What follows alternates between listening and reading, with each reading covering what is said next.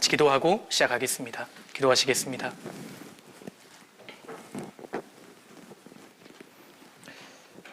거룩하시고 자비로우신 우리 아버지 하나님, 참으로 감사드립니다.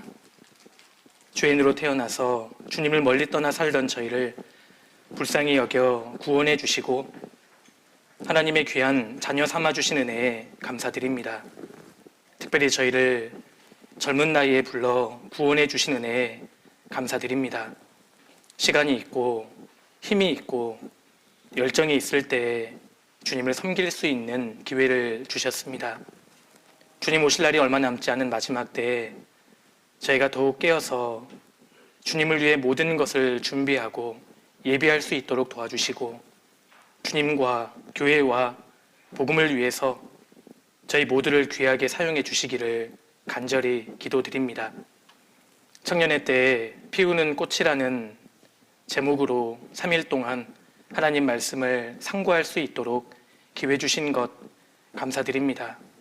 이 시기에 저희 마음 가운데는 열정을 품고 저의 또 몸으로 주의 뜻에 순복하며 살 수 있도록 도와주시고 균형 잡힌 신앙생활을 할 수 있도록 도와주시옵소서. 모쪼록 저희 모두를 통해서 더 많은 사람들이 건져지고 세워지기를 간절히 기도드립니다. 육신의 건강이 편치 않으신 우리 형제 자매님들 속히 건강을 회복시켜 주시고 또 신앙의 어려움과 갈등 가운데 계신 분들이 있다면 위로의 손길로 직접 일으켜 세워주시기를 간절히 기도드립니다. 이 시간도 모든 것을 주 성령께 의지합니다.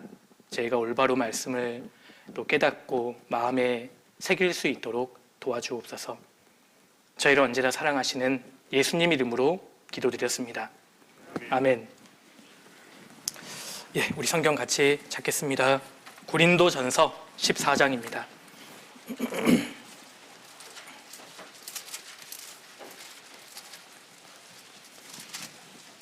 고린도전서 14장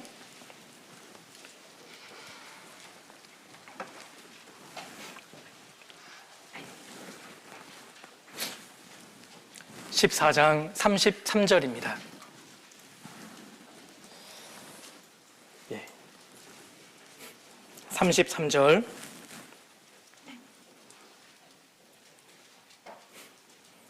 제가 읽겠습니다. 하나님은 어지러움의 하나님이 아니시오 오직 화평의 하나님이시니라. 40절 한 구절은 우리 같이 읽겠습니다. 모든 것을 적당하게 하고 질서대로 하라. 예, 됐습니다. 우리가 신앙생활 하는데 반드시 알아야 할 것들이 있습니다. 특별히 우리가 신앙생활을 하는데 필수적으로 알아야 할 지식이 있는데 그 중에 하나가 균형이라는 것입니다. 우리가 그제 어제 열정에 대해서 그리고 순복에 대해서 배웠습니다. 이 두 가지의 신앙의 덕목을 더 빛나게 만드는 것이 있다면 균형이라고 할 수 있습니다. 사도 바울은 고린도 성도들에게 하나님은 어지러움의 하나님이 아니시오 오직 화평의 하나님이시니라 이렇게 말씀하면서 모든 것을 적당하게 하고 질서대로 하라 이렇게 권면했습니다. 이 말씀을 하면서 하나님에 대해서 설명하기를 화평의 하나님이다 이렇게 말씀했지 않습니까? 화평이라는 단어가요 히브리어로는 샬롬이고 헬라어로는 에이레네입니다. 에이레네. 그런데 이 에이레라는 헬라어 단어에는 여러 가지 의미를 갖고 있는데 화평, 평안이라는 의미도 갖고 있고요. 완전함, 그리고 조화, 그리고 여기 균형이라는 의미도 갖고 있습니다. 그러니까 하나님께서는 조화와 균형의 하나님이신 겁니다. 우리가 성경을 보다 보면 사실 하나님 본질 자체가 조화의 하나님이십니다. 하나님 자체가 균형이시거든요. 하나님은 한 분이시지만 성부, 성자, 성령 삼위의 하나님으로 존재하시잖아요. 하나님은 한 분이시지만 동시에 세 분이십니다. 세 분이시지만 동시에 또 한 분이세요. 삼위의 하나님께서는 그 능력과 영광 면에서 완벽하게 동등하시고 영원히 공존하시고 영원히 조화를 이루고 계시는 겁니다. 하나님 자체가 균형의 하나님이세요. 그리고 하나님의 변치 않은 속성 두 가지를 또 들라고 한다면 하나님은 공의의 하나님, 그리고 사랑의 하나님, 하나님의 속성 이 두 가지가 완벽하게 조화와 균형을 이루고 있다는 것입니다. 하나님은 균형의 하나님이시기 때문에 하나님께서 우리에게 주신 이 성경 자체도 놀랍게도 균형의 책입니다. 성경은 정확하게 균형을 잡고 있어요. 구약과 신약이 놀라울 정도로 균형을 이루고 있고, 성경은 구원도 강조되어 있지만 영광도 강조하고 있습니다. 사람의 영혼 구원, 생활 구원, 몸의 구원 세 가지를 다 강조하고 있고요. 그리스도의 신성, 그리스도의 인성 두 가지를 다 강조하고 있잖아요.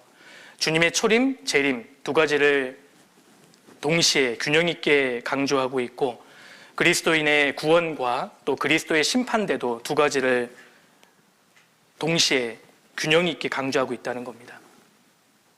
성경은 내세도 현세도 둘 다 강조하고 있어요. 그래서 성경을 올바르게 묵상하면 균형 잡힌 인생이 되어가는 겁니다. 균형의 하나님이 배후에 계시기 때문에 하나님께서 이 모든 것을 창조하신 것을 보면 창조의 역사도 사실은 균형입니다. 하나님께서 놀랍게 이 세상을 창조하실 때 모든 것이 균형의 미를 갖추고 있잖아요. 생태계도 균형을 이루고 있고, 그리고 하나님께서 하루를 24시간으로 만드셨는데 낮 12시간, 밤 12시간, 사실 균형을 이루고 있습니다. 지금보다 낮이 길어진다면 지구의 대부분의 대륙은 사막화되어 버립니다. 지금보다 밤이 더 길어진다면 생명체가 존재하고 성장하는 데 제약을 받을 수밖에 없지요. 그러니까 하나님께서 이 모든 걸 창조하신 역사 자체도 조화와 균형의 결과라는 겁니다. 그래서 인간의 역사도 사실 하나님의 균형의 결과예요. 하나님은 사랑과 공의를 동등하게 가지고 계시기 때문에 인간이 범죄하면 하나님은 본질적으로 의로우시니까요, 심판의 역사로 나타났습니다.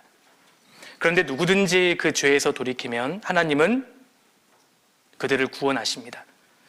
그러니까 인간의 역사가 복잡한 것처럼 보여도 사실은 하나님의 심판과 구원의 역사다. 하나님의 사랑과 공의의 결과물이다. 이렇게 우리가 정의해 볼 수 있는 겁니다. 하나님의 공의와 사랑, 이 두 가지의 속성이 완벽하게 조화를 이루고 극명하게 드러난 곳이 십자가입니다. 죄값을 갚으려면 반드시 죽어야 한다. 이건 하나님의 공의이고요. 하나님의 독생자가 대신 죽으셨다. 이건 사랑입니다. 그러니까 사랑과 공의가 완벽하게 균형을 이루는 곳, 그곳이 바로 십자가입니다. 하나님의 거룩하신 공의와 희생적인 사랑이 조화를 이룬 겁니다. 그곳이 바로 십자가입니다. 십자가에서 하나님의 공의 그리고 하나님의 사랑도 완벽하게 성취된 것이지요. 이처럼 하나님은 균형의 하나님, 조화의 하나님이시기 때문에 균형이라는 것을 대단히 중요한 것으로 보십니다. 그래서 균형 잡힌 신앙생활을 하는 게 아주 중요해요. 특별히 청년의 시기에 이 균형이라는 것이 우리가 신앙생활 하는데 굉장히 중요하다고 생각합니다. 그래서 오늘은 균형에 대해서 좀 말씀을 생각해 보려고 하는데요. 먼저 성경에서 말씀하는 균형의 의미가 무엇인지, 우리가 균형에 대해서 논할 때 분명하게 해두어야 할 전제가 있다는 것입니다. 그걸 좀 간략하게 생각해 보고 우리가 신앙생활 하는데 그 구체적으로 균형 잡힌 그 생활이 어떠한 모습인지를 차례로 좀 말씀을 드릴까 합니다. 우리 뒤에 서 계신 우리 자매님들은 균형 있게 빨리 앞으로 오셔서 자리에 앉으시면 좋겠습니다. 제가 말씀 찾을 때까지 기다리셨죠? 언제 찾을 줄 아시고 균형 있게 들어오세요. 그 헬라어로 합당하다라고 할 때 그 쓰이는 단어가요, 악시오스라는 단어입니다. 저희가 먼저 분명하게 해두어야 할 것은 성경에서 말씀하고 있는 하나님이 보시는 균형이 무엇인지, 균형에 대해서 논할 때 균형의 본질적인 의미가 무엇인지 우리가 분명하게 해두어야 할 전제에 대해서 좀 말씀을 드릴까 합니다. 왜냐하면 균형에 대해서라고 하면 오해하시는 분들이 계실 수 있기 때문입니다. 성경에서 합당하다라고 번역된 헬라어 단어가 악시오스입니다. 악시오스. 이 악시오스라는 본래의 단어의 의미는 저울에 달았을 때 균형이 맞다라는 의미를 갖고 있습니다. 그러니까 하나님 보시기에 합당하다는 것은 균형이 맞는 거예요. 그럼 도대체 하나님 앞에 균형이 잡힌 모습은 어떤 모습일까요? 예수님께서 직접 설명하십니다.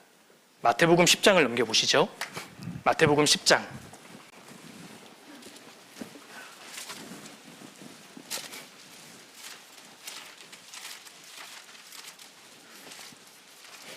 마태복음 10장 37절입니다. 주님 보실 때 무엇이 균형 잡힌 모습이신지를 보십시오. 마태복음 10장 37절입니다. 아비나 어미를 나보다 더 사랑하는 자는 내게 합당치 아니하고 아들이나 딸을 나보다 더 사랑하는 자도 내게 합당치 아니하고 또 자기 십자가를 지고 나를 좇지 않는 자도 내게 합당치 아니하니라. 여기에 주님께서 합당치 않다라는 표현을 3번이나 반복하시죠. 합당하다. 이때 쓰이는 헬라어 단어가 악시오스입니다. 저울에 달았을 때에 균형이 맞다. 그렇다면 주님 보시기에 합당하다. 균형이 잡힌 모습은 어떤 모습일까요? 주님이 3가지를 말씀하십니다. 아비나 어미를 나보다, 아들이나 딸을 나보다, 첫 번째 나보다라고 말씀하셨죠? 주님이 기준입니다. 그러니까 지금 주님은 주님이 최우선인가를 묻고 계시는 거예요. 내 인생에서 주님이 최고가 아니면 합당치 않은 겁니다. 나를 위해서 십자가에 죽으시고 부활하신 주님이 진짜 내 인생의 주인인지 아니면 이 세상이 내 주인인지를 주님 그걸 묻고 계시는 거예요. 주님이 진짜 내 인생의 주인이냐 그 말입니다. 정말 내 인생 가운데 주님이 최고예요. 그렇지 않으면 합당치 않은 겁니다. 균형이 잡히지 않는 거예요. 그리고 2번째로 아비나 어미를, 아들이나 딸을 나보다 더 사랑하는 자는 합당치 않다고 하셨죠? 그러니까 주님 바라보실 때 균형 잡힌 모습은 주님을 가장 사랑하는 겁니다. 부활하신 예수님께서 베드로에게 물으셨습니다. 너가 나를 사랑하느냐? 내가 이 사람들보다 나를 더 사랑하고 하나님 보실 때 균형이 뭐냐? 주님 중심인 거예요. 주님 중심, 주님 사랑. 균형은 여기 안에서 논하고 있는 겁니다. 하나님 우선주의가 균형인 거예요. 이거는 생각할 가치가 없는 겁니다. 주님 중심, 주님을 가장 사랑하고 자기 희생, 이게 균형이 맞는 겁니다. 하나님 우선주의가 아니면 합당하지 않습니다. 균형이 무너지는 거예요. 사실 구원받은 모든 그리스도인들은 이 사실을 압니다. 내 인생의 주인은 주님이시지. 나는 진짜 주님 중심으로 살아야지. 이 사실을 구원받은 사람이라면 알게 돼 있어요. 이게 마음 가운데 이해가 되지 않으면요, 구원이 아닐 가능성이 많습니다. 균형은 타협의 문제가 아니라는 겁니다. 이걸 우리가 오해해서는 안 됩니다. 누가복음 14장을 찾겠습니다. 누가복음 14장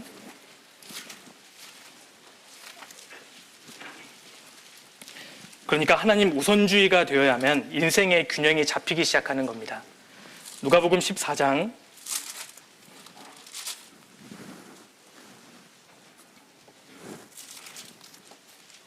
25절입니다.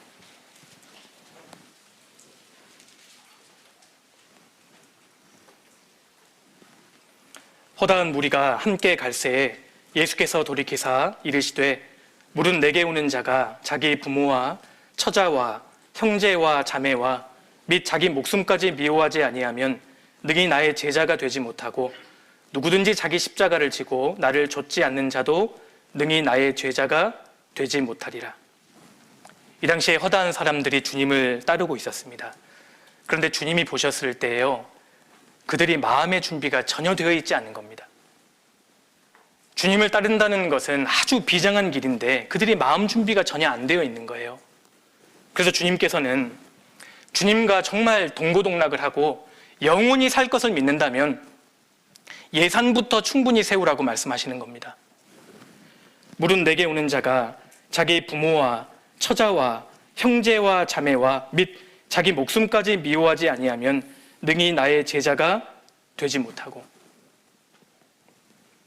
그러니까 모든 것을 예산에 다 집어넣고 주님을 따를 것을 말씀한 겁니다. 그래서 부모가 반대해도, 자녀가 반대해도, 남편과 아내가 반대하고 모든 것이 반대할지라도 우리는 주님을 따라야 하는 겁니다. 주님을 따르기 위해서는 충분한 대가를 치를 각오를 하라는 거예요. 이게 균형이 잡힌 겁니다. 왜냐하면 우주 만물을 우리 주님이 만드셨고 우리는 주님을 위해 존재하는 사람들이잖아요. 주님이 없으면 우리도 없는 겁니다. 주님이 있으면 우리도 있는 거예요. 우리의 모든 운명은 주님께 달려 있잖아요. 그래서 각오를 확실히 하고 주님을 따를 때 주님께서 합당하다고 보시고요, 그 사람 인생을 도와주실 거예요. 사람들은 몰라도 그런 각오로 주님을 진짜 따르고 주님을 의지하는 사람은 당장은 이해되지 않을지라도 주님이 반드시 좋은 길을 허락해 주십니다. 비록 더딜지라도 주님께서 그런 사람을 아시고요, 주님이 가장 좋은 길로 인도해 주실 거예요. 우리가 청년회 때 이것을 믿어야 합니다. 하나님은 본질적으로 실수를 하실 수 없는 분이시잖아요. 너희가 악한 자라도 자녀에게 좋은 것으로 줄 줄 알거든 하물며 하늘에 계신 아버지께서 구하는 자에게 좋은 것으로 주시지 아니하겠느냐. 하나님은 우리에게 가장 좋은 것으로 주실 수 있는 분입니다. 하나님은 실수하지 않으십니다. 그래서 우리가 청년회 때에 먼저 분명하게 해야 될 것은 하나님 앞에 확고한 태도를 취하는 것입니다. 하나님 우선주의가 아니면 합당하지 않습니다. 그래서 이것이 균형에 대해서 우리가 논할 때에 가장 중요한 문제라고 할 수 있습니다. 빈 항아리에 큰 돌이 있고 또 작은 돌이 있고 모래가 있는데 다 채울 수 있는 방법이 있죠. 가장 먼저 큰 돌을 넣고 그 다음에 작은 돌을 넣고 모래를 넣으면 다 들어갑니다. 우리가 신앙에서 성공하지 못하는 이유는 별로 중요하지 않은 것들을 먼저 채우려 하기 때문입니다. 가장 중요한 것이 먼저 들어가야 하고 내 인생에 하나님 우선주의가 아니면 안 되는 겁니다. 하나님 중심.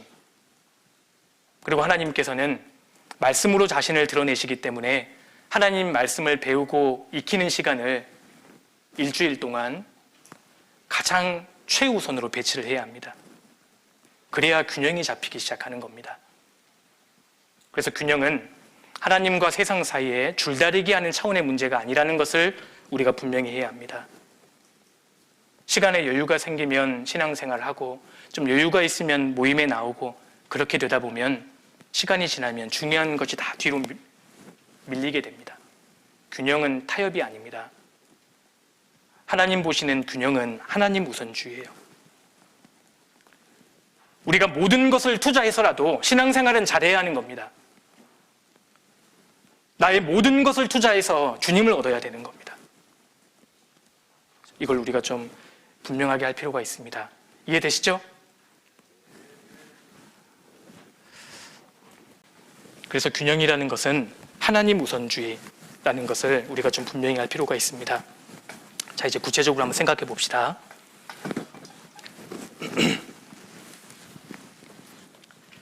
두 번째로, 우리가 신앙생활을 할 때에 균형 잡힌 신앙생활을 해야 하는데, 우리가 신앙생활에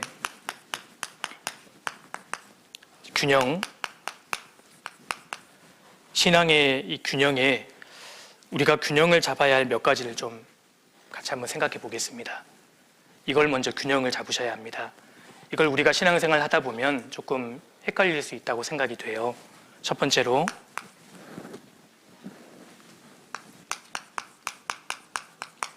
인간의 역할과 하나님의 도우심입니다.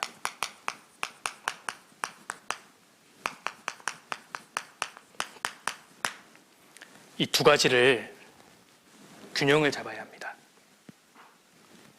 이거 만나보셔요. 어차피 우리는 가만히 있으면 된다. 하나님께서 다 해주셔야 된다. 맞아요? 틀려요? 갈등돼요. 맞아요? 틀려요? 틀리죠? 처음이 맞은 경우는 거의 없어요. 그죠? 틀려요. 자, 반대로 우리는 최선을 다해야 한다. 우리 최선에 다한 만큼 하나님께서 결과를 주시는 거다. 맞아요? 틀려요? 틀리죠? 우리는 50 정도 하고 하나님도 50 도와주셔야 된다. 맞아요? 틀려요? 틀리죠? 맞아요? 틀리죠? 인간의 역할, 우리도 최선을 다하고 하나님도 도와주셔야 되는 겁니다. 이게 맞잖아요. 이걸 우리가 분명히 해야 합니다. 인간의 최선과 하나님의 도우심, 성경에서 균형을 맞추고 있거든요. 이걸 잘 볼 수 있는 성경이 느헤미야 성경입니다. 느헤미야 4장을 넘겨보겠습니다. 느헤미야 4장입니다.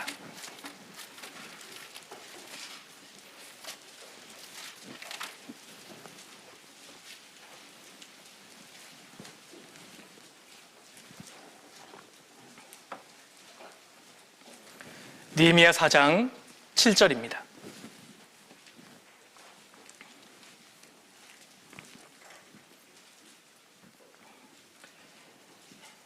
(4장 7절)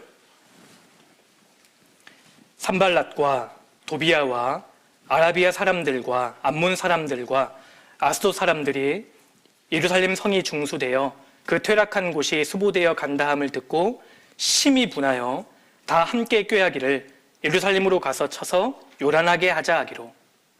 아시는 대로 느헤미야가 예루살렘 성벽을 이제 중건하기 시작했습니다. 이스라엘 사람들이 마음을 모으고 하나님의 일을 진행하기 시작한 거죠. 그런데 대적들이 가만히 있을 리가 없었습니다. 그래서 여기 산발랏은 사마리아 사람이거든요. 예루살렘의 북쪽에 위치한 사람입니다. 그리고 아라비아 사람들은 남쪽이고요. 암몬은 동쪽이에요. 아스돗은 서쪽입니다. 그러니까 이 산발랏이 조그만 것이 예루살렘 사방을 포위하고 지금 치러오고 있잖아요. 아주 급박한 상황인 겁니다. 이 성경을 읽다 보면 악인들의 이름은 꼭 악인들 같아요. 그죠? 산발랏, 뭡니까 이름이? 산발적이잖아요, 이름이. 이런 압살롬은 진짜 제가 지금 욕하는 건 아니고 압살롬 얘기하는 겁니다. 누가 들어도 악인이잖아요. 이 게셈 성경에 나오거든요. 저 오해하지 말고 들으세요. 근데 이제 하나님 그 편에 선 사람들은 참 이름도 은혜로워요. 모세, 모세 얼마나 이름이 좋습니까? 다윗 얼마나 멋져요. 그렇죠? 현식 되게 좋잖아요. 그 웃음의 의미는 뭔지 모르겠어요. 굉장히 수치스러워요. 제가. 아무튼 이 대적들이 자기의 세력을 과시하면서 예루살렘을 완전히 지금 포위한 겁니다. 그때 느헤미야의 반응을 보셔요. 9절입니다. 같이 읽겠습니다. 우리가 우리 하나님께 기도하며 저희를 인하여 파수꾼을 두어 주야로 방비하는데, 여기에 균형을 볼 수 있습니다. 느헤미야는 우리 하나님께 기도하고 기도만 한 게 아니죠. 파수꾼을 두어 주야로 방비했다는 겁니다. 주야로 방비했다는 것은 24시간 경계태세에 돌입했다는 뜻입니다. 하나님께 최선을 다해 기도하고 하나님 도와주실 것 뻔하니까 아무것도 안 한 게 아니라는 겁니다. 인간이 할 수 있는 최선을 다하고 있는 거예요. 우리 시대로 얘기하면 하나님께 기도하고 직장에서 최선을 다해 일한 겁니다. 하나님께 기도하고 학교에서 최선을 다해 공부한 거예요. 하나님께 기도하고 최선을 다해 봉사했다 그 말입니다. 그러니까 성경에서는 인간의 역할과 하나님의 도우심이 적절하게 균형을 이루고 있습니다. 이것을 우리가 분명하게 해야 합니다. 성경 창세기부터 요한계시록까지 믿음의 사람들은 하나님을 의지하는 가운데 자기가 할 수 있는 최선을 다했고 하나님은 그런 그들을 도와주셨던 겁니다. 어떤 분이 이렇게 말씀하시더라고요. 구원받은 이후에 이제 나는 없어졌고 그리스도만 살아계신다. 내 안에 그리스도만 살아계시니까 이제 나는 없다. 맞아요, 틀려요? 어떻게 보면 맞는 말 같은데 문제가 있는 말이에요. 갈라디아서 2장을 넘겨보겠습니다.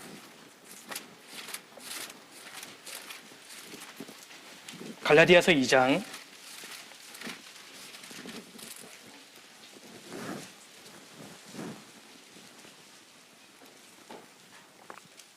20절.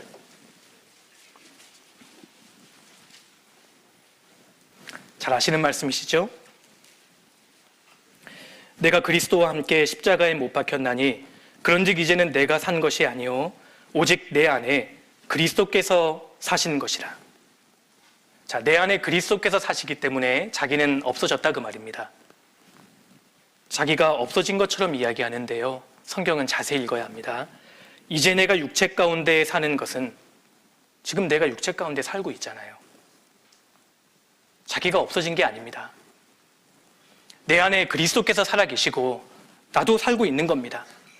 나를 사랑하사 나를 위하여 자기 몸을 버리신 하나님의 아들을 믿는 믿음 안에서 사는 것이라. 내 안에 그리스도께서 살고 계시는데 나도 주님과 함께 살고 있는 거예요. 그런즉 내가 산 것이 아니다 그 말은 주인이 바뀌었다는 뜻입니다. 내가 없어졌다는 뜻이 아니라는 겁니다. 데살로니가전서 5장입니다. 데살로니가전서 5장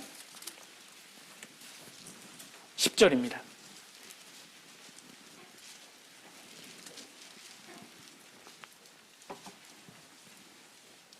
(5장 10절) 예수께서 우리를 위하여 죽으사 우리로 하여금 깨든지 자든지 자기와 함께 살게 하려 하셨느니라. 주님과 함께 살고 있는 거예요. 신앙생활은 주님과 함께 살면서 주님 중심으로 사는 생활을 말합니다. 내가 없어진 게 아닙니다. 구원받기 전에는 내가 중심이었잖아요. 내 인생의 주인이 나였습니다. 그런데 구원을 받을 때 아담 안에 속했던 내가 십자가에 못 박혀 죽었고 주님이 부활하실 때 새 생명으로 우리가 다시 살아난 거잖아요. 그러니까 이제 내 중심이 아니라 하나님 중심이고, 내 중심이 아니라 남편 중심이고, 나 중심이 아니라 주인 중심이란 뜻입니다. 주인이 바뀐 거예요. 내가 없어진 게 아닙니다. 구원을 받아서 나 자신이 배제되어야 하고 나 자체가 없어졌다고 생각한다면 잘못된 거예요. 왜 자매님이 그렇게 열심히 하려고 해요? 자기를 부인하라고 하셨잖아요. 자매님이 이제 없어져야죠. 오해하신 겁니다. 자기를 부인하는 것은 내가 없어지는 게 아니에요. 주님의 명백한 말씀 앞에 내 육신을 굴복시키는 것이 부인이지 나 자체가 배제되는 것이 아니라 그 말입니다. 예수님께서 겟세마네 동산에서 기도하실 때 아버지여 나의 원대로 마옵시고 아버지의 뜻대로 되기를 원하나이다. 예수님도 육신은 십자가에 달려 죽으시기 싫으셨습니다. 그런데 명백한 하나님의 뜻이 분명하니까요, 그 앞에서 자기를 굴복시킨 거잖아요. 그게 자기 부인입니다. 자기를 부인하는 것이 내가 없어지는 것이 아닙니다. 내가 주님과 함께 살고 있는 겁니다. 말씀 앞에 자기를 굴복시키는 거예요. 그런데 이상한 교리의 영향을 받아서 주님이 다 해주셔야 되고 우리는 가만히 있으면 된다. 틀린 이야기입니다. 균형을 잃어버린 거예요. 예수님께서는 우리가 할 수 있는 분량 안에서 일을 시키시잖아요. 5,000명을 먹이실 때에도 주님은 제자들에게 나눠주라고 시키셨습니다. 나사로를 살리실 때에도 돌문을 옮겨놓으라, 풀어놓아 다니게 하라, 그건 인간에게 맡기셨잖아요. 생명을 넣어주시는 것은 주님의 역할이었던 겁니다. 나머지는 사람에게 맡기셨어요. 우리도 사람의 영혼을 전도할 때 그 사람을 구원해 주시는 것은 주님이 해주시는 일입니다. 그런데 전도는 우리가 할 수 있잖아요. 우리가 최선을 다해서 해야 되거든요. 우리가 할 수 있는 영역이 분명히 있습니다. 어떤 분이 간증할 때 나는 가만히 있었고 주님이 다 하셨습니다. 멋진 얘기 같은데 문제가 있는 얘기예요. 인간은 최선을 다하고 주님이 도와주셔야 하는 겁니다. 왜 이렇게 자매님이 힘써서 하려고 해요? 누가 해요? 한 영혼 건지기 위해서 기도 부탁하고 계획하고 근심하고 눈물 흘리고 실제로 찾아가서 시간과 물질을 투자하고 힘쓰고 얼마나 잘하는 겁니까? 그런데 왜 이렇게 힘들게 신앙생활 하려고 해요? 문제가 있는 거예요.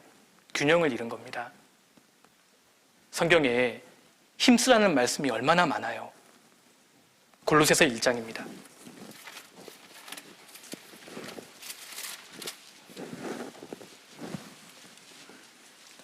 골로새서 1장 29절입니다.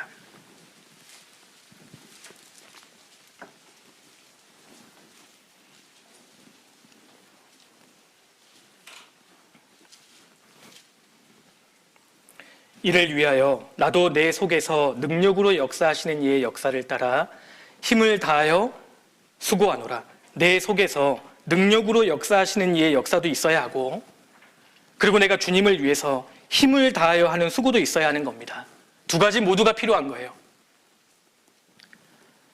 사울이 다윗을 죽이려고 하니까 다윗은 최선을 다해서 도망 다녔잖아요. 그리고 어느 한 굴에 딱 숨으니까요, 하나님께 피했다고 기도했습니다. 다윗은 최선을 다해서 도망 다녔고 그 과정을 통해 주님이 도와주셨다는 얘기입니다. 다윗은 골리앗 앞에 서기 전에 시냇가에 가서 돌멩이를 줍죠. 몇 개 주었죠? 매끄러운 돌을 몇 개 주었죠? 맞습니다. 5개 주었잖아요. 왜 5개 주었을까?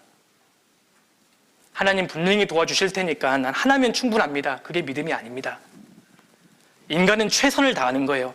왜 5개 주었을까? 소년 다윗이 한 손에 최대 주울 수 있는 돌이 전 5개라고 생각합니다. 최선을 다한 거예요. 인간은 할 수 있는 범위 내에서 최선을 다하는 것이 성경의 원칙입니다. 그래서 인간의 최선과 하나님의 도우심 100대 100이에요. 이 개념을 분명히 해야 합니다. 균형을 잡아야 합니다. 그렇죠? 네. 첫 번째, 헷갈리실 수 있으니까요. 첫 번째, 이걸 분명히 해야 합니다.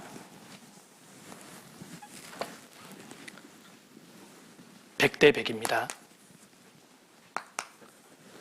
자, 두 번째, 또 우리가 잡아야 할 신앙의 균형이 있는데요. 이것도 우리가 간과하기가 쉽습니다. 우리가 주님을 섬길 때 마음으로 섬겨야지요. 제 아들 아닙니다. 제 딸 아니에요. 마음과 몸, 두 가지의 균형을 잡아야 합니다. 주님을 섬길 때 우리가 마음과 몸, 그러니까 우리의 걸음이죠. 걸음. 마음으로 주님을 사랑하고, 어떤 분은요, 주님을 진짜 사랑한다고 하는데 아무것도 하려고 하지 않아요. 어떤 분은 봉사는 열심히 하는데 마음이 빠져 있다고 말입니다. 둘 다 잘못된 겁니다. 균형을 잡아야 돼요. 우리가 무엇으로 주님을 섬겨야 할까? 마음과 몸, 몸과 마음입니다. 시편 44편을 넘겨보겠습니다. 시편 44편입니다.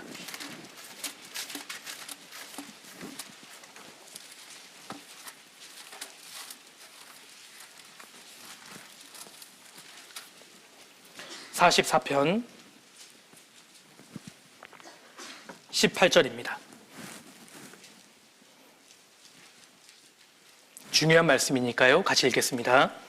우리 마음이 퇴축지 아니하고 우리 걸음도 주의 길을 떠나지 아니하였으나 이 말씀에서요, 우리가 주님을 섬기는데 균형을 맞춰야 할 것 두 가지가 나옵니다. 우리 마음이 퇴축지 아니하고 물러가지 않는다는 겁니다. 우리의 걸음도 주의 길을 떠나지 아니하였으나 마음과 걸음, 마음과 몸, 몸과 마음 두 가지 균형을 잡아야 돼요. 이것을 잘 볼 수 있는 것이 레위기 7장입니다. 이스라엘 백성들이 화목제로 하나님께 제물을 바치면 제사장들은 그 제물에 가슴 부위하고요, 오른쪽 뒷다리는 먹었잖아요.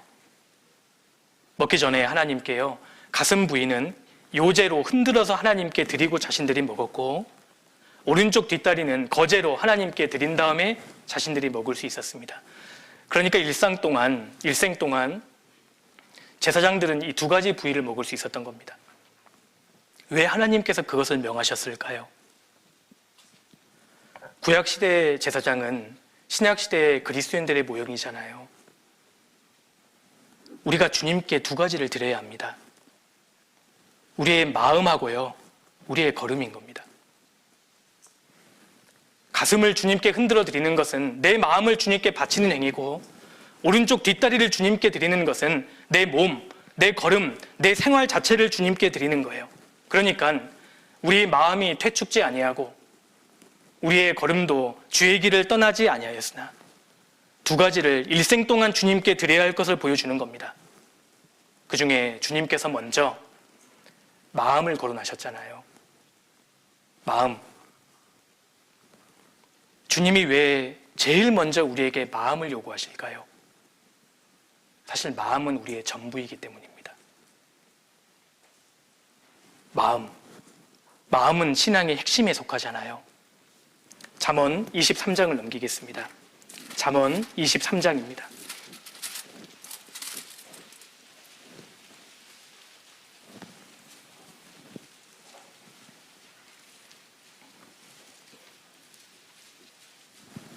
잠언 23장 26절입니다.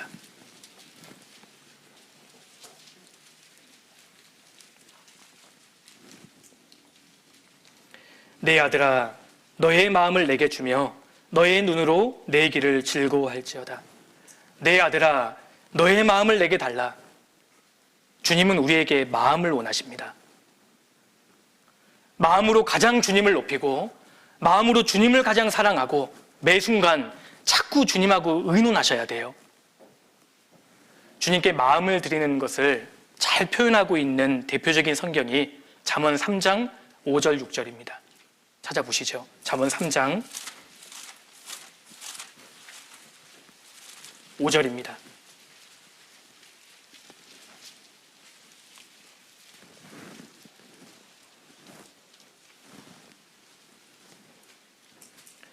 너는 마음을 다하여 여호와를 의뢰하고 내 명철을 의지하지 말라.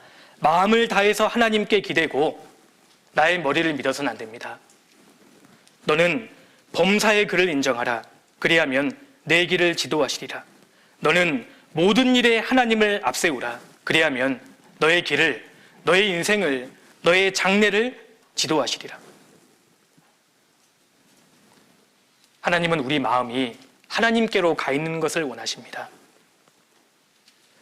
부모님이 자녀에게 원하시는 것은 마음을 주고받는 것이지요.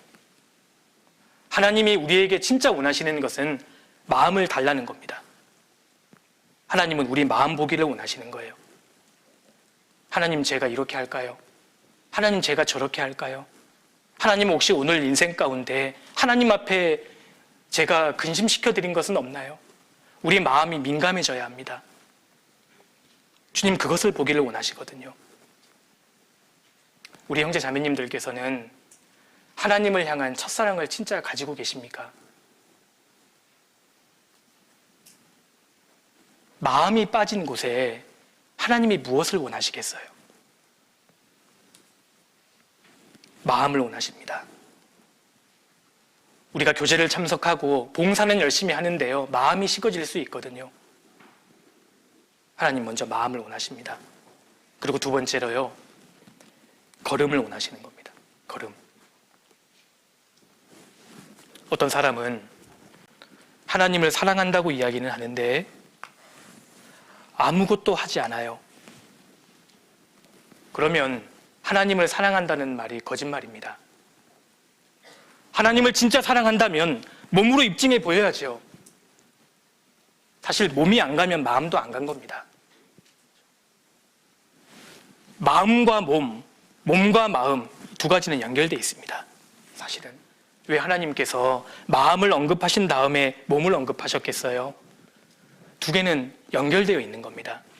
하나님을 진심으로 사랑한다면 하나님을 위해 살아갈 거예요. 그리고 때로는 우리가 주님을 위해 살아가는 가운데 마음이 안 따를 때가 있습니다.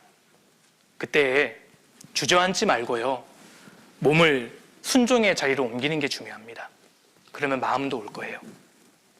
두 개는 연결되어 있습니다. 아브라함이 모리아 산에 이삭을 바칠 때 마음이 즐거웠겠어요? 마음은 천근만근 무거웠지만 아침 일찍 일어나서요, 자기 몸을 모리아 산에 갖다 놓습니다. 그래서 주님께서 축복해 주신 거잖아요. 우리가 봉사하다가 교제 안에서 마음이 100% 따르지 않을 때가 있습니다. 그때 내 몸을 순종의 자리에 옮겨놓는 게 중요합니다. 그건 위선이 아니라 그걸 순종이라고 얘기하는 겁니다. 너희 마음을 하나님이 기뻐하시는 거룩한 산 제사로 드리라, 그렇게 말씀하지 않으셨잖아요. 너희 몸을 하나님이 기뻐하시는 거룩한 산 제사로 드리라. 우리가 하나님께 드려야 할 제물은 우리 몸인 겁니다. 마귀는 우리의 마음을 공격하지만 우리는 내 몸을 순종의 자리로 갖다 놓는 게 중요한 거예요. 그걸 순종이라고 얘기하는 겁니다. 그러니까 헌심이 있는 곳에 헌신이 있는 거예요. 그리고 헌신이 있는 곳에 반드시 헌물이 있게 됩니다. 하나님을 진짜 사랑하면 하나님을 위해 몸을 드리고 싶은 거예요. 그리고 자기 자신을 주님께 드리고 나면 물질도 드리게 되는 겁니다. 그건 연결되어 있어요.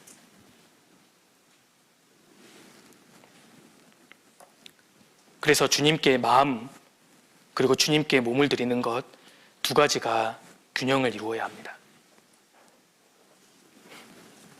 누가복음 10장에서 마리아의 모습하고요, 마르다의 모습이 균형을 이루어야 됩니다. 우리가 그 두 가지의 모습을 다 가지고 있어야 돼요. 누가복음 10장에서 마리아는 주님의 것을 받는 사람이었습니다. 마르다는 자기의 것을 주님께 드리는 사람이었잖아요. 마리아는 주님의 뜻을 바라보는 사람이었고 마르다는 주님의 뜻을 실천하는 사람이었지 않습니까? 마리아는 주님께 감동하는 사람이었고 마르다는 주님을 위해 일하는 사람이었어요. 둘 중에 어느 것이 나쁘고 좋은 게 아닙니다. 우리가 둘 다 모습을 갖고 있어야 되는 거예요. 주님께서 마르다를 책망하신 이유는 말씀 안 듣고 봉사했기 때문이 아닙니다. 봉사의 원동력을 잊고 봉사했기 때문에 주님이 책망하신 거잖아요. 그때 마르다는 봉사를 잠깐 내려놓고 마리아의 자리에 갔어야만 했습니다. 누가복음 10장에서 마리아와 마르다의 모습은 서로 충돌하는 것이 아니고요, 우리 모습 가운데 균형을 갖추어야 되는 겁니다. 우리의 마음은 마리아와 같아야 돼요. 우리의 몸은 마르다와 같아야 합니다. 주님의 것을 받았으면 주님을 위해 일해야죠. 두 가지가 상충되는 것이 아니라 조화를 이루어야 한다는 겁니다. 그리스도인들은 구원을 받으면 마음으로는 주님의 말씀을 사모하는 특성이 있습니다. 그리고 몸으로는 주님을 위해 일하려는 마음이 있어요. 두 가지가 균형을 이루어야 합니다. 그래서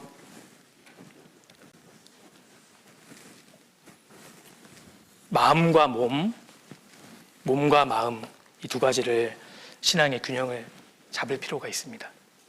우리의 마음은 마리아와 같아야 되고 우리의 몸은 마르다와 같아야 되는 거예요. 두 가지 모두를 우리가 가지고 주님을 섬겨야 되는 겁니다. 오늘날에도 마음과 걸음으로 주님을 섬기는 사람들이 있어요. 균형 잡힌 신앙생활을 하고 있는 겁니다. 그걸 우리가 돌아봐야 합니다. 생각해 보세요. 마음이 빠진 몸이 무슨 의미가 있겠어요? 그리고 몸이 빠진 마음이 어떻게 진실되겠어요? 주님이 두 가지를 우리에게 원하시는 겁니다. 그리고 또 우리가 신앙생활 할 때 중요하게 균형을 잡아야 할 부분이 있는데요.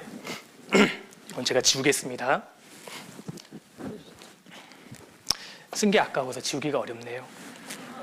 밑에다 적겠습니다. 생각해 보세요.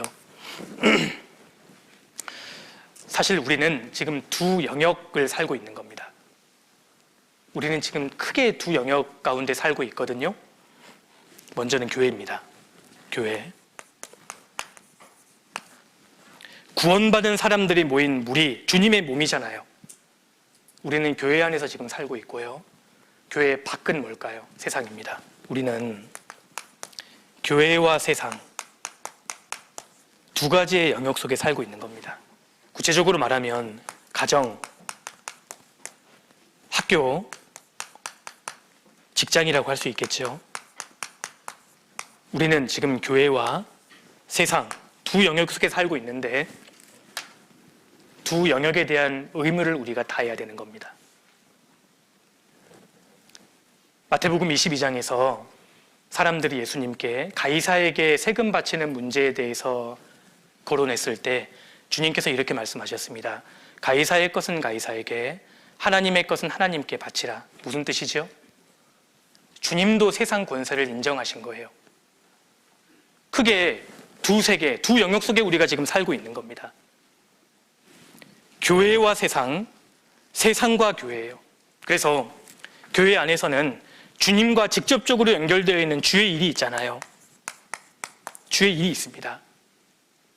주님의 몸된 교회가 세워지고 구원받은 사람들이 늘어나고 주님의 몸된 교회가 이루어지는 것이지 않습니까? 주님 몸된 교회하고 직접적으로 연결되어 있는 주의 일이 있고, 반면에 세상에서 내게 맡겨진 책임, 자기 일이 있는 겁니다. 자기 일. 우리가 두 가지 영역에 대해서 의무와 책임을 다해야 돼요. 100대 100입니다. 빌립보서 2장을 찾겠습니다. 빌립보서 2장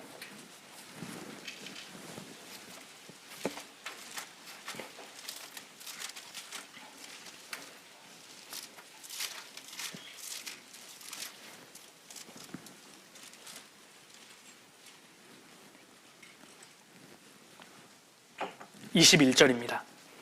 21절.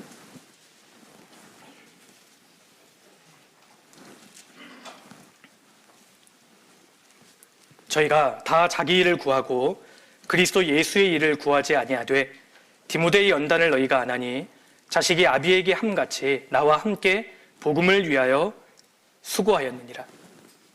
여기도 두 가지 일이 있죠. 먼저 자기 일이 있죠. 그리고 그리스도 예수의 일이 있습니다. 구체적으로 그리스도 예수의 일은 복음을 위하여 수고하였느니라. 복음을 위해서 수고하는 것이 그리스도 예수의 일이잖아요. 우리가 두 가지를 다 해야 된다 그 말입니다. 먼저 주의 일이 있습니다. 주의 일. 교회에 모여서 함께 교제하고 열심히 봉사하고 전도하는 주님의 몸된 교회를 세우고 주님의 몸된 교회를 사랑하고 봉사하는 모든 것이 주의 일입니다. 그러므로 형제들아 경고하며 흔들리지 말며 항상 주의 일에 더욱 힘쓰는 자들이 되라. 주의 일이 있잖아요. 예레미야 48장에 여호와의 일을 태만히 하는 자는 저주를 받을지어다. 주님 몸된 교회 가운데 함께 사랑하고 교제하고 복음을 전하고 주의 일이 있습니다. 우리가 이 주의 일을, 교회의 일을 최선을 두는 것이 합당합니다. 그리고요, 자기 일이 있는 겁니다. 가정에서, 학교에서, 직장에서 맡겨진 자기 일이 있잖아요.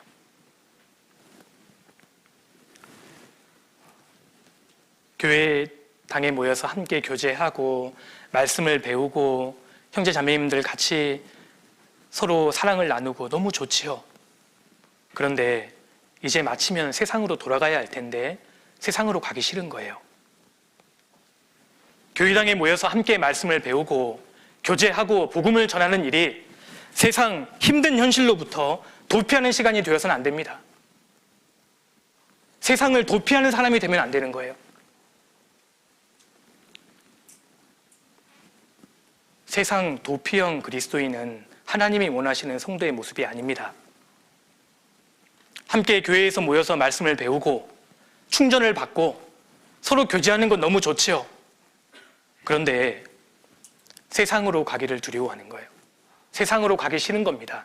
그 모습은 변화산에서 예수님의 영광이 너무 좋아서 거기에 움집을 짓고 거기에 살겠다고 하는 베드로하고 똑같은 모습인 겁니다. 주님 원하시는 모습이 아니에요. 우리가 균형이 깨어져서는 안 됩니다. 주님은 교회의 교제를 통해서 하나님의 은혜와 말씀으로 충만해진 사람을 반드시 사명의 땅으로 보내시거든요. 우리가 가정에서, 학교에서, 직장에 우리에게 맡겨진 의무를 다해야 합니다. 가정 때문에 교회 일에 소홀히 하는 것도 합당치 않고 교회 일 때문에 가정의 일에 소홀히 하는 것도 합당치 않습니다. 주님의 일을 한다는 이유로, 교회에 봉사한다는 이유로 세상에서 내게 맡겨진 의무와 책임을 저버리는 것, 소홀히 하는 것, 균형이 깨어진 겁니다. 우리는 가정에서 남편으로서, 아내로서, 부모로서, 자녀로서 도리를 다해야 합니다. 유대인들은요, 예수님 당대에 고르반, 하나님께 바침이 되었다고 하기만 하면 부모에 대한 의무를 저버려도 된다고 생각했습니다. 예수님이 얼마나 책망하셨습니까? 너희가 하나님 말씀을 폐하였도다. 신랄하게 지적하셨습니다. 주님은 내가 가정에서, 직장에서, 학교에서 어떻게 행하는지를 보고 계셔요. 골로새서 3장입니다. 골로새서 3장 18절입니다.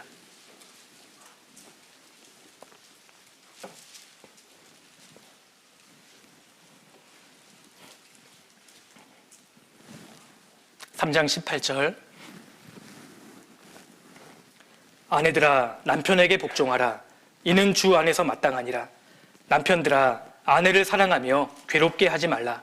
자녀들아 모든 일에 부모에게 순종하라. 이는 주 안에서 기쁘게 하는 것이니라. 아비들아 너희 자녀를 경록해 말지니 낙심할까 함이라.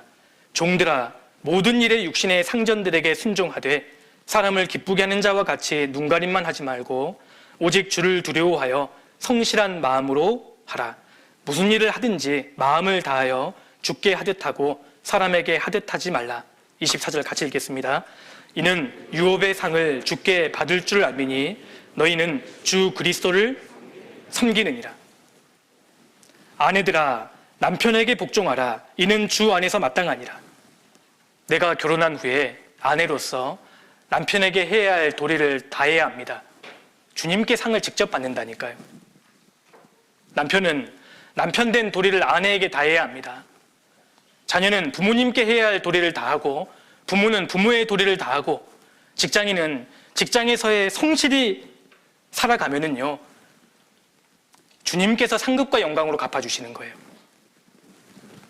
이는 유업의 상을 주께 받을 줄 알미니 너희는 주 그리스도를 섬기느니라. 내가 교회 봉사 열심히 하면 주님께서 자동으로 내 가정도 지켜주시겠지. 그릇된 생각입니다. 내가 교회에서 이렇게 봉사를 열심히 하면 가정과 직장은 조금 소홀히 해도 되겠지. 도대체 누가 그러던가요? 균형이 깨어진 겁니다. 마귀의 전략은 그리스도인들로 하여금 교회 안에서만 머물게 하고 세상으로부터는 물러서게 만드는 겁니다. 그래서 교회에서는 봉사를 열심히 하는 형제 자매가 가정에서는 무책임한 남편과 아내가 되어 있고 무책임한 직장인이 되어 있고 무책임한 부모와 자녀가 되어 있는 거예요. 잘못된 일입니다. 잘못된 신앙생활을 하고 있는 거예요. 교회에서는 아주 온유한데 이 형제님이 아파트에서도 모범적인 주민인가? 교회 형제 자매들께는 아주 헌신된 형제님인데 이분이 아내와는 충분히 대화하는 남편인가? 교회 학교에서는 모범적인 교사인데 이분이 자녀에게도 인정받는 아빠인가? 교회에서는 아주 충성된데 직장에서도 충성된 직장인인가? 그렇지 않으면 균형이 깨진 신앙생활을 하고 있다는 겁니다. 교회에서 직분을 맡아서 열심히 수고하고 봉사하는 형제님들이 집에 들어가는 시간이 너무 늦어요. 어쩌다가 봉사하고 또 준비하다 보면 늦을 수도 있습니다. 그런데 대부분의 날들이 밤늦게 들어가고 새벽 가까이에 들어간다면요, 돌아봐야 합니다. 교회 일 때문에 정상적인 가정생활, 정상적인 직장생활이 하기 힘들다. 그건 성경적인 성도의 모습이 아닙니다. 교회에서 많은 음식과 간식을 준비하는 자매님이 집에 들어가선 설거지도 하지 않아요.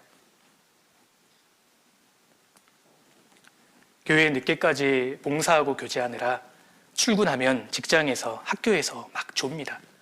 그래서 주변 사람들에게 항의를 받으면 주님을 위해 핍박받는 거라고 생각하는 거예요. 아닙니다. 균형이 깨어진 거예요. 주님이 우리에게 원하시는 것은 우리가 교회에서뿐만 아니라 가정에서도, 학교에서도, 직장에서도 하나님의 영광을 나타내기를 원하시는 겁니다. 주님 그걸 보기를 원하시는 거예요. 교회에서 우리가 훈련을 받고 마음의 충전을 받고 하나님의 말씀과 은혜로 가득 채워졌다면 이제 마르다처럼 세상에 가서 일해야죠. 가정에서 일해야죠. 사무엘 학교에서 우수한 성적으로 졸업했다면 학과 성적도 부끄럽지 않은 성적을 받아야죠.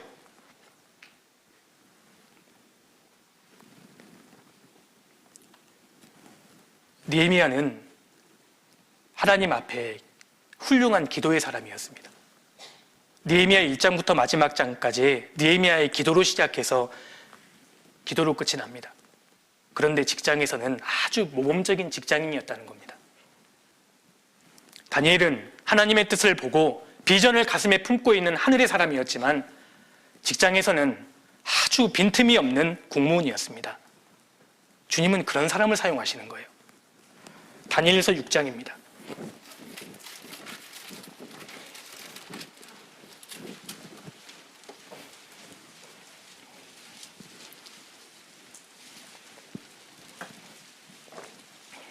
다니엘서 6장 4절입니다.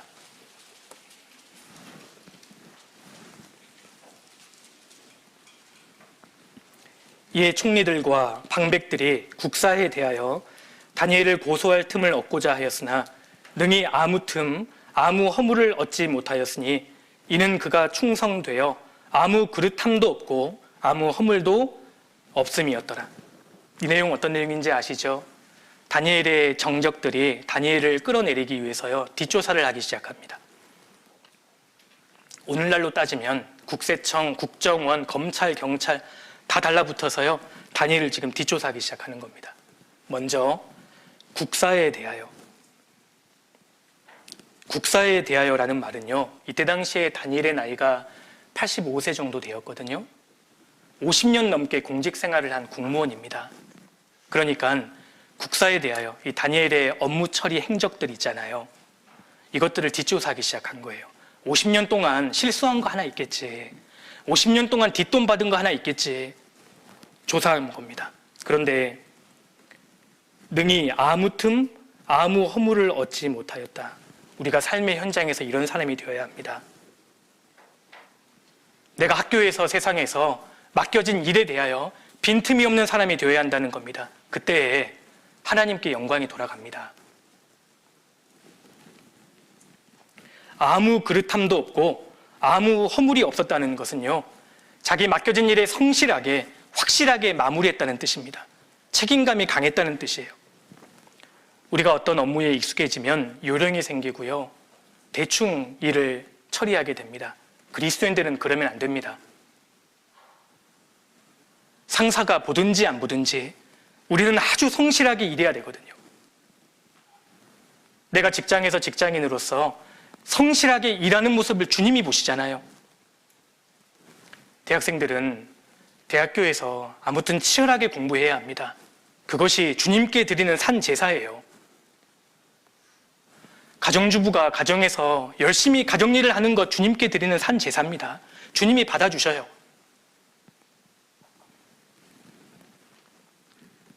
우리가 직장에서 가정에서 다니엘처럼 믿을 만한 사람이 되어야 합니다. 그리고 또 아무 그릇함도 없고 아무 허물이 없었다는 두 번째 의미는 도덕적으로 부패하지 않았다는 뜻입니다. 하나님의 사람이 아무리 능력이 탁월해도 한번 도덕성에 흠집이 가기 시작하면 무기력해지죠. 하나님의 구원받은 자녀가 거룩을 잃어버린다면 어떻게 세상의 어두움을 몰아낼 수 있겠어요? 어두움과 한편이 되어버렸는데 어떻게 그 사람이 세상의 빛인가요? 그러니까 다니엘은 하나님께서 맡겨주신 위치와 의무를 철저히 지키고 세상에서 맡겨진 의무도 다하고 있던 사람입니다. 다니엘은 균형을 이루고 있잖아요. 다니엘의 정적들이 무섭게 조사했습니다. 그런데 문제점이 나오질 않았어요. 그 결과 하나님께 영광이 돌아갑니다. 우리가 세상에서 그래야 합니다. 내가 처한 위치에서, 교회에서, 가정에서, 직장에서, 학교에서 꼭 필요한 사람이 되어야 합니다. 내게 맡겨진 부서에서, 내게 맡겨진 분야에서 우리는 가장 정직하고 탁월한 사람이 되어야 하고 존경받는 전문가가 되어야 되는 거예요. 그때 주님께 영광이 돌아갑니다. 그때 주님이 그 사람을 사용하셔요.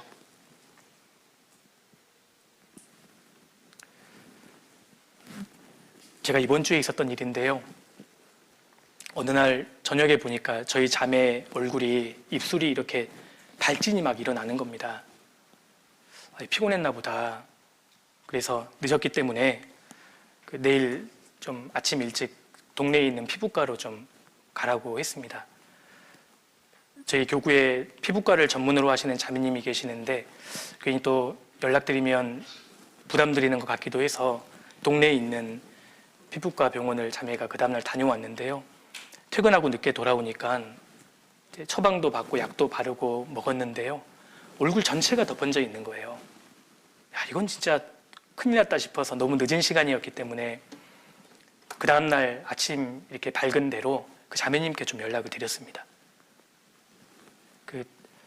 그저께 이렇게 입술에 좀 발진이 있어서 단순 헤르페스인가 보다 생각하고 병원에 갔는데 병원에서 동일하게 처방해 줬는데 잡히지 않는다고 그러니까요. 자매님이 대번에 그거 알레르기성 같은데 혹시 자매님이 최근에 잘 먹지 않았던 과일이나 음식을 먹은 적 있냐고 딱 물어보시더라고요. 제가 생각해 보니까요. 저희 자매가 저 몰래 망고 씨까지 막 뜯어 먹었던 적이 있거든요. 며칠.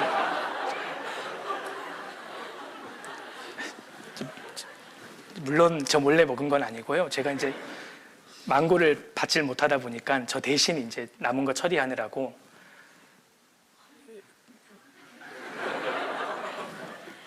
그래서 자매님이 당장 오라는 겁니다. 알고 봤더니 그날이 또 휴무셨어요.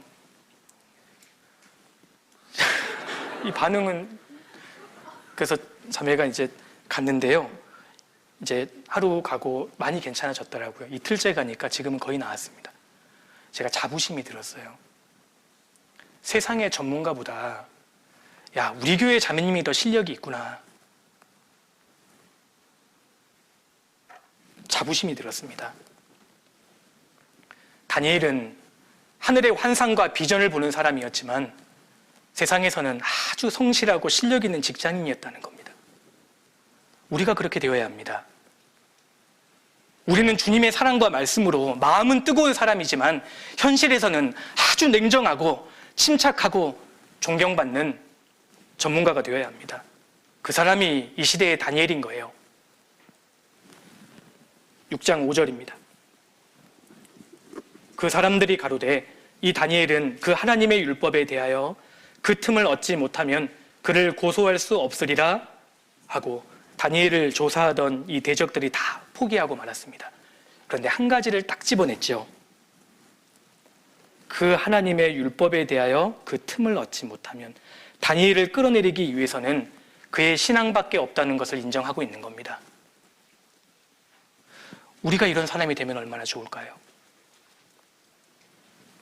대적들이 나를 조사해서 빌미로 잡을 수 있는 유일한 것은 신앙밖에 없어야 합니다. 다니엘의 이런 모습을 우리가 묵상하면 마지막 시대에 우리가 하나님 앞에 회개해야 할 점이 참 많다고 봅니다. 우리가 주님을 위해서 위대한 일을 하겠다고 이야기하지만 주님 앞에 준비된 것이 없기 때문에 주님이 우리를 사용하지 못하실 수 있잖아요. 잠언 22장입니다.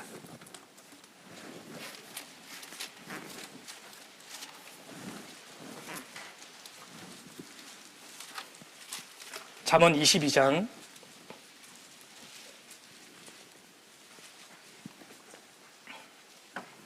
29절입니다.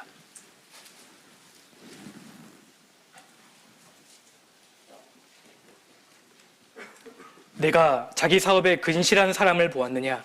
이러한 사람은 왕 앞에 설 것이요 천한 자 앞에 서지 아니하리라. 너가 자기 사업에 근실한 사람을 보았느냐? 근실한 사람, 능숙한 사람, 맡은 일의 전문가가 되라는 뜻입니다. 남의 눈치를 보지 않고 주어진 일에 묵묵히 해내는 사람, 그 사람은 천한 자 앞에 서지 않습니다. 왕 앞에 설 정도로 존귀한 사람이 될 겁니다.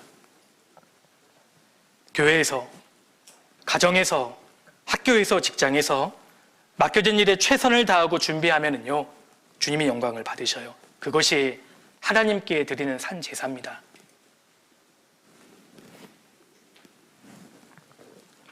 여기 계시는 우리 청년 형제 자매님들은 누구보다도 근실해야 합니다. 누구보다도 성실해야 합니다. 세상 사람들은 주식하고 여가를 즐겨도 우리는 아랑곳하지 않고 성실하고 근면하게 살아야 합니다. 대학생 형제 자매님들은 학과 공부를요 성실하게 준비해야 합니다. 그게 주님께 드려지는 산 제사입니다. 누구든지 일하기 싫어하거든 먹지도 말게 하라. 주 예수 그리스도 안에서 권하기를 정용히 일하여 자기 양식을 먹으라. 성경의 분명한 가르침입니다. 성경에는 그 사람의 모습에 대해서 습관적인 것이 기록되어 있습니다. 사무엘상에서 엘리 대제사장이 의자에 앉아 있다고 했잖아요. 그날만 앉아 있는 게 아닙니다. 그의 습관이었습니다. 가룟 유다가 돈깨를 맞고 돈을 훔쳐간다고 했을 때요, 한 번만 훔쳐간 게 아니에요. 습관적으로 훔쳐간 것을 기록하신 겁니다. 베드로가 그물을 던질 때 그 모습을 주님이 보셨지 않습니까? 베드로는 날마다 그물을 던지는 성실한 어부였다 그 말입니다. 성경에서 우리가 볼 수 있는 것은 교회에서뿐만 아니라 맡겨진 가정에서, 일터에서 성실하게 일하던 사람들이 귀하게 쓰임 받은 거예요. 균형을 잡아야 하는 겁니다. 둘 다 100인 거예요. 둘 다 100입니다. 하나님이 엘리사를 부르실 때 엘리사가 밭에서 열심히 일하고 있었습니다.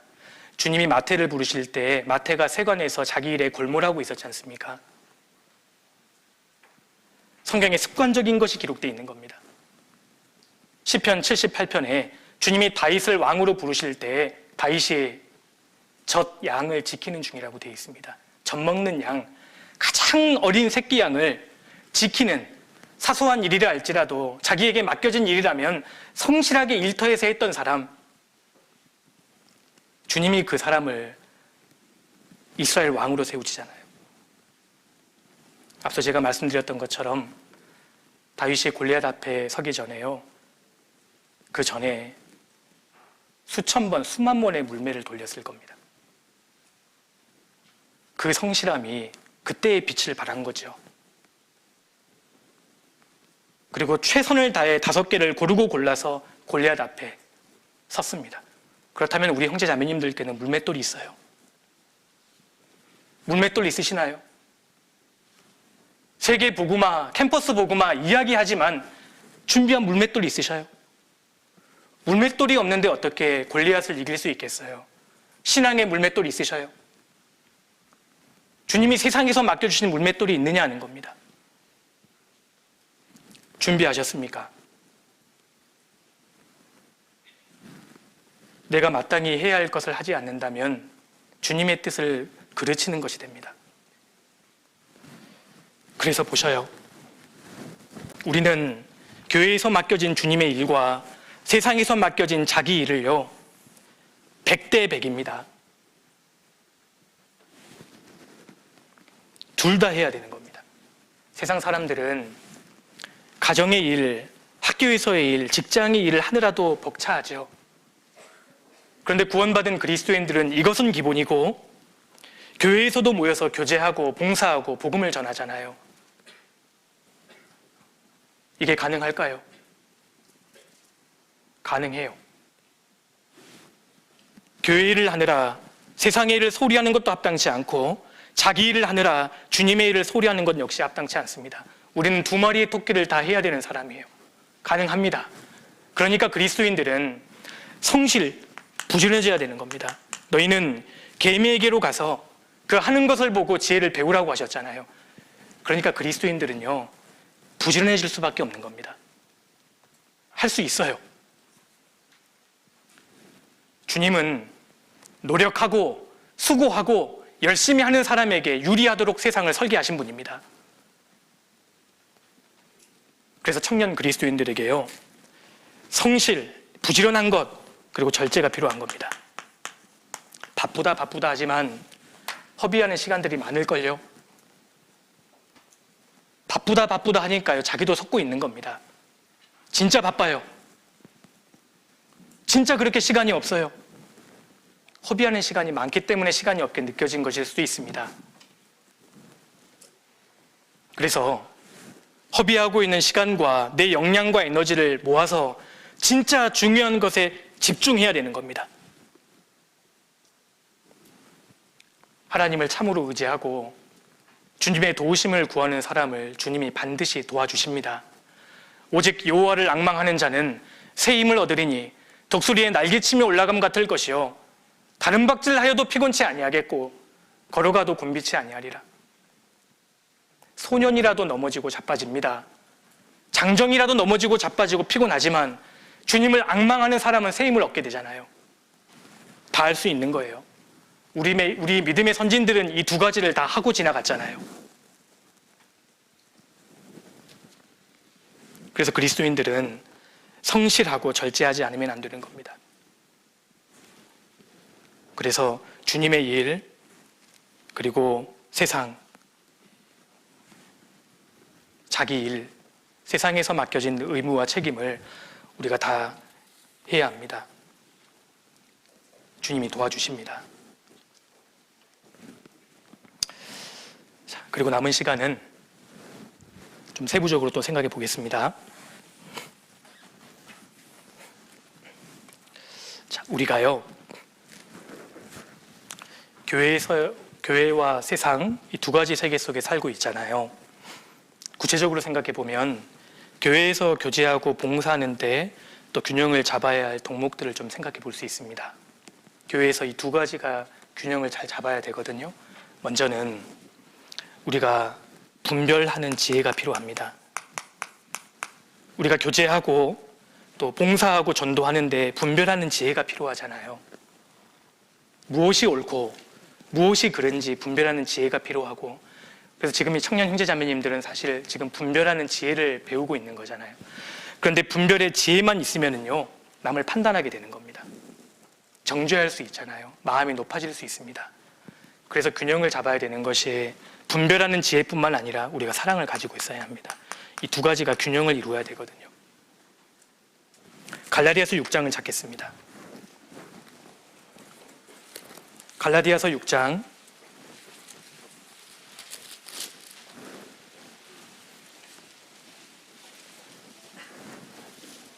갈라디아서 6장 1절입니다.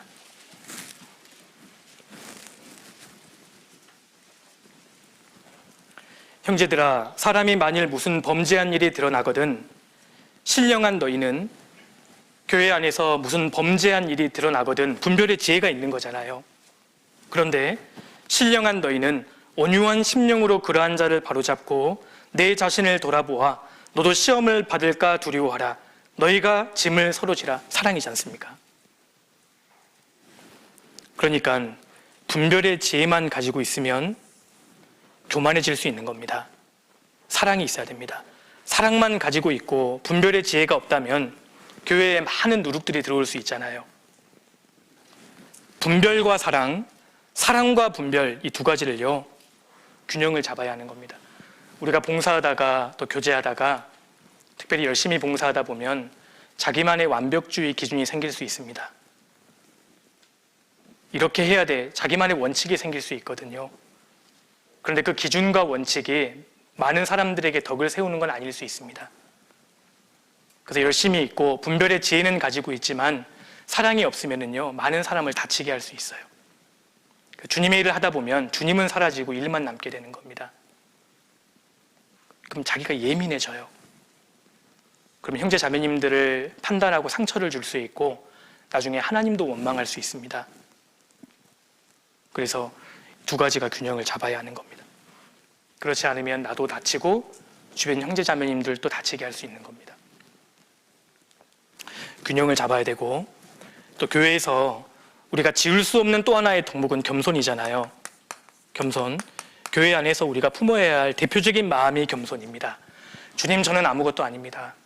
저는 아무런 무슨 일을 할 자격이 없어요. 이 마음은 우리가 주님 앞에 갈 때까지 품어야 합니다. 그런데 겸손과 균형을 이루어야 할 마음이 있는 겁니다. 순종이에요. 저는 아무것도 아니에요. 그래서 뭔가 일을 맡겼을 때요, 저 아무것도 안 할래요. 그러면 불순종이 되잖아요. 주님을 위해 순종하고 많은 것을 하는데 겸손의 마음이 없으면 교만해지지 않습니까? 그러니까 겸손과 순종, 순종과 겸손 두 개가 균형을 맞춰야 되는 겁니다. 저는 아무것도 할 수 없습니다. 그런데 주님이 나를 부르셨을 때, 예, 주님 하겠습니다. 나는 아무것도 할 수 없지만 주님이 나를 부르셨다면 주님은 모든 준비가 되어 있을 테니까요. 순종하는 거예요.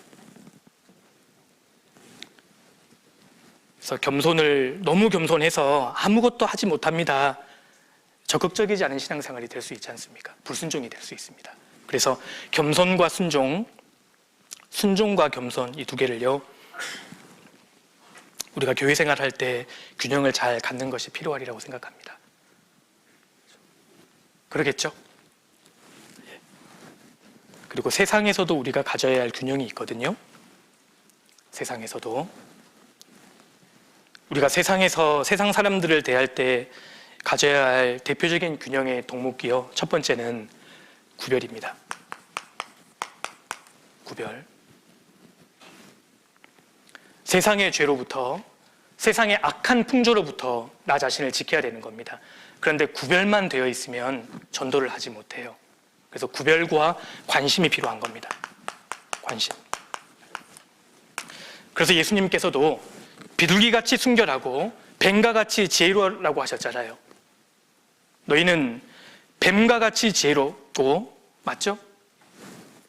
어떤 분이 뱀같이 순결하고 비둘기같이 지혜로우라 하시던데 가만 들어보니까 이상해요. 성경을 봐야 됩니다. 비둘기같이 순결하고요, 뱀같이 지혜로워야 하는 거예요. 이것을 대표적으로 잘 설명하고 있는 것이 달입니다. 밤하늘에 떠 있는 달. 궁창의 달 말씀하셨잖아요. 시편 89편 넘겨봅시다. 시편 89편. 주님이 세상에서의 그리스도인의 모습을 이렇게 설명하셨습니다. 시편 89편 37절입니다.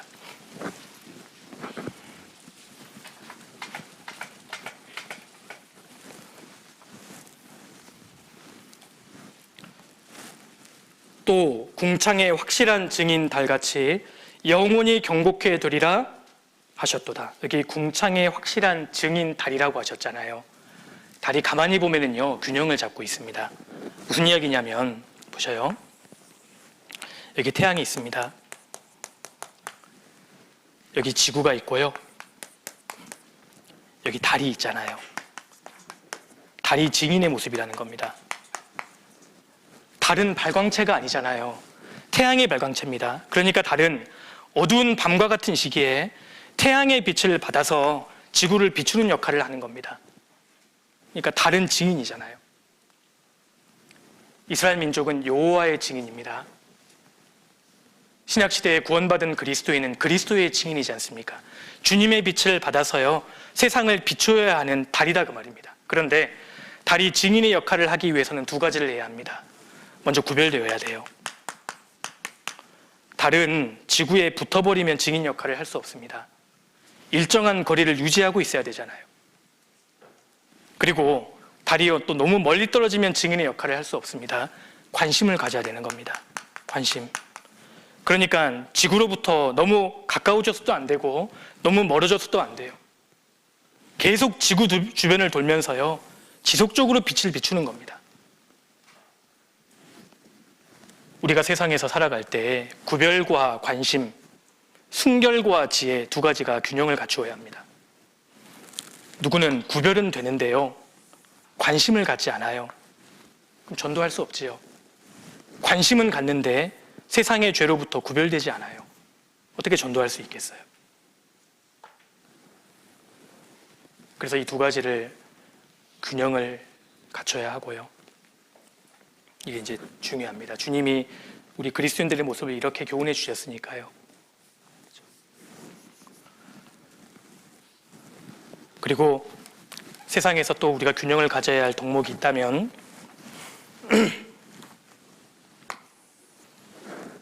세상 사람들에게 온유하게 돼야 돼. 온유의 인품을 가지고 있대. 복음을 전할 때에는 진리에 대해서만큼은 담대해져야 되는 겁니다. 그래야 우리가 세상의 소금과 빛의 역할을 할 수 있을 겁니다. 온유한 인격으로 돼야 돼. 진리에 대해서만큼은 복음을 전할 때에는 담대해야 되는 거예요. 온유한데 담대하지 못하다면 그냥 세상에서 그저 그런 좋은 사람이 되는 겁니다. 그런데 담대한데요, 온유하지 못해요. 그러면 포악한 사람, 그 사람을 통해서 전도가 되기 어려울 겁니다. 그래서 세상에서 우리가 균형을 가져야 할 덕목은 구별과 관심, 온유와 담대함. 우리가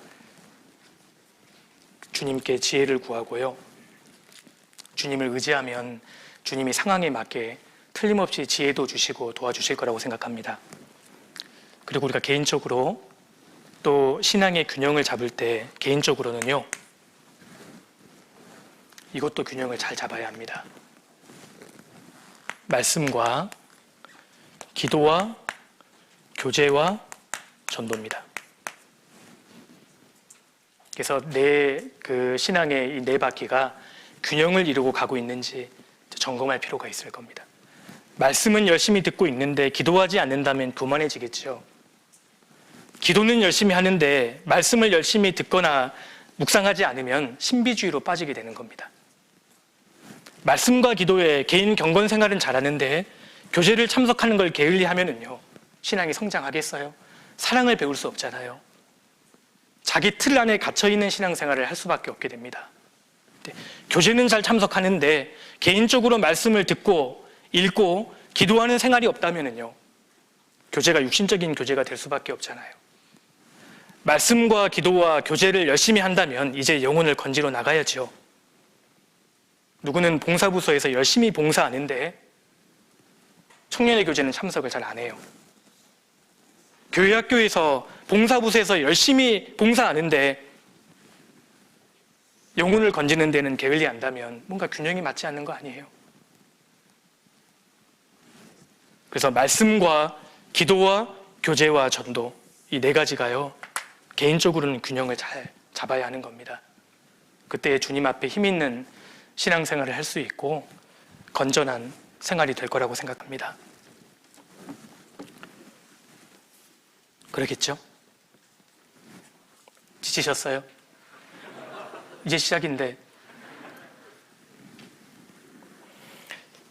그래서 오늘 말씀드린 걸 잠깐 좀 정리해 드리겠습니다.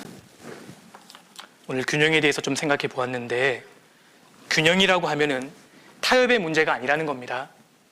주님을 위해서 50 살고 나머지 자기 시간도 50 가져야지 그게 균형이고 지혜지 아니라는 겁니다. 성경에서 말하는 균형은 주님 중심, 주님 사랑, 자기 희생, 세 가지가 갖추어졌을 때 균형 잡힌 인생이 되는 겁니다.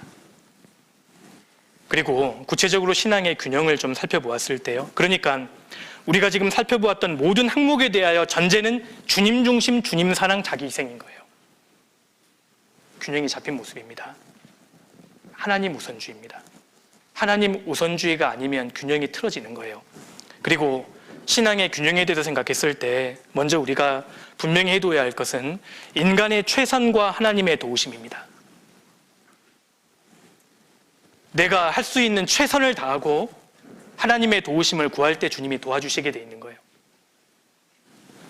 그리고 신앙생활 할 때 마음과 몸과 마음의 균형을 잡아야 합니다. 주님께 우리가 두 가지로 주님을 섬길 수 있어야 한다는 겁니다. 그리고 구체적으로요, 우리는 지금 두 영역 속에 살고 있는데 주님의 일과 직접적으로 관련되어 있는 교회의 일과 그리고 가정에서, 직장에서, 학교에서 주어진 세상 자기 일이 있잖아요. 교회 일을 하느라 세상의 일을 소홀히 할 수 없고 세상의 일 때문에 교회 일을 소홀히 하는 것은 안 됩니다. 100대 100인 겁니다. 주님이 도와주실 거예요. 청년의 시기에 이걸 배워야 합니다. 대학생의 시기에 이걸 훈련해야 합니다. 주님을 위해서 교회에서 열심히 봉사하고 교제하고 학교에서는 열심히 공부하느라 주님을 의지하게 되는 거예요. 이걸 배우지 않으면 언제 신앙의 진수를 배우겠어요? 두 가지를 우리가 다 감당할 수 있어야 한다는 겁니다. 주님이 지혜를 주실 겁니다. 그래서 교회 생활할 때 구체적으로 균형을 잡아야 할 덕목은 분별과 사랑이죠. 그리고 겸손과 순종, 두 가지를 균형을 잡아야 합니다. 겸손과 순종하면은요, 한마디로 무익한 종이라는 뜻이잖아요. 주님, 저는 무익한 종입니다. 이 고백이 잘 생각해 보셔요. 겸손하고 순종이 있는 겁니다. 주님, 저는 무익합니다. 겸손이잖아요. 주님, 저는 종입니다. 말씀하옵소서. 주의 종이 듣겠나이다. 순종입니다. 우리는 무익한 종이거든요. 그리고 세상에서는 구별되고 관심, 이걸 잘 보여주는 것이 궁창의 달이라고 했습니다. 세상에서부터 우리는 너무 멀어져서도 안 되고 그렇다고 세상과 동화되어서도 안 되는 사람들입니다. 우리는 긴장관계에 있는 사람들이거든요. 균형을 맞춰야 되고 또 사람들 복음을 전하기 위해서는 온유와 담대함 필요할 거예요.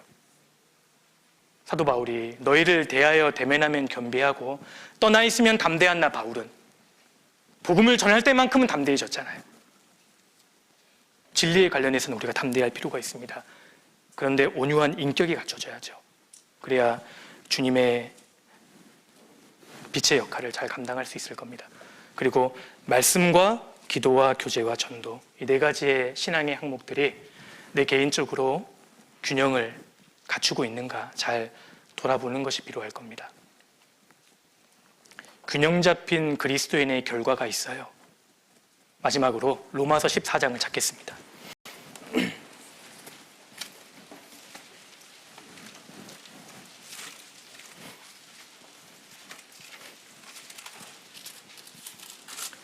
로마서 14장입니다.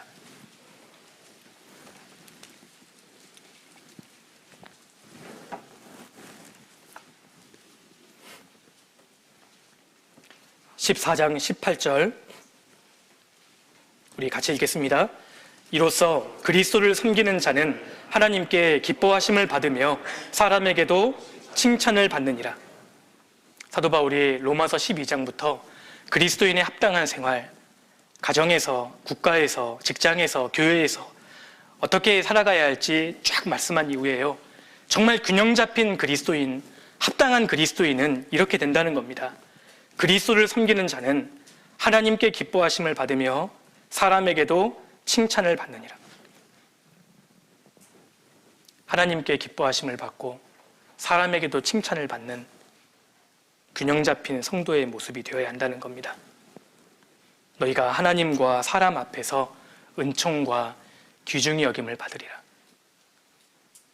그래서 오늘 이 말씀을 우리 개인적으로 잘 각자 묵상해서 균형 잡힌 그리스도인의 모습이 되어서 주님께 더 저희가 귀하게 쓰임 받으면 좋겠습니다. 말씀 여기까지 듣고 기억나는 건 망고와 게셈 안 됩니다. 같이 기도하시겠습니다. 고마우신 주님 감사합니다. 저희를 구원해 주시고 주님의 뜻 가운데 살아갈 수 있도록 지켜주시고 인도해 주시고 사랑과 말씀으로 양육해 주심을 감사드립니다. 너무나 중요한 시기를 보내고 계시는 우리 청년 형제 자매님들 하나님께서 일일이 붙들어 주시고 위로해 주시고 가장 좋은 길로 인도해 주시기를 기도드립니다. 이번에 주님께서 교회를 통해서 들려주신 열정과 순복과 겸손의 균형의 덕목을 주님 저희가 마음에 잘 새기고 또 마음과 생활이 변화되어서 주님께 영광을 돌릴 수 있도록 도와주옵소서. 저희를 통해서 더 많은 사람들이 건져지고 세워질 수 있도록 도와주옵소서. 건축 중인 청년회관을 위해서도 기도합니다. 주님 순적하게 공사가 잘 진행될 수 있도록 도와주시고 그곳을 통해서 정말 많은 영혼들이 주님을 발견하고 주님께 영광을 돌릴 수 있도록 도와주옵소서. 3일간 함께하여 주시고 교훈해 주신 주님께 감사드립니다. 저희를 언제나 사랑하시는 예수님 이름으로 기도드렸습니다. 아멘. 고생하셨습니다.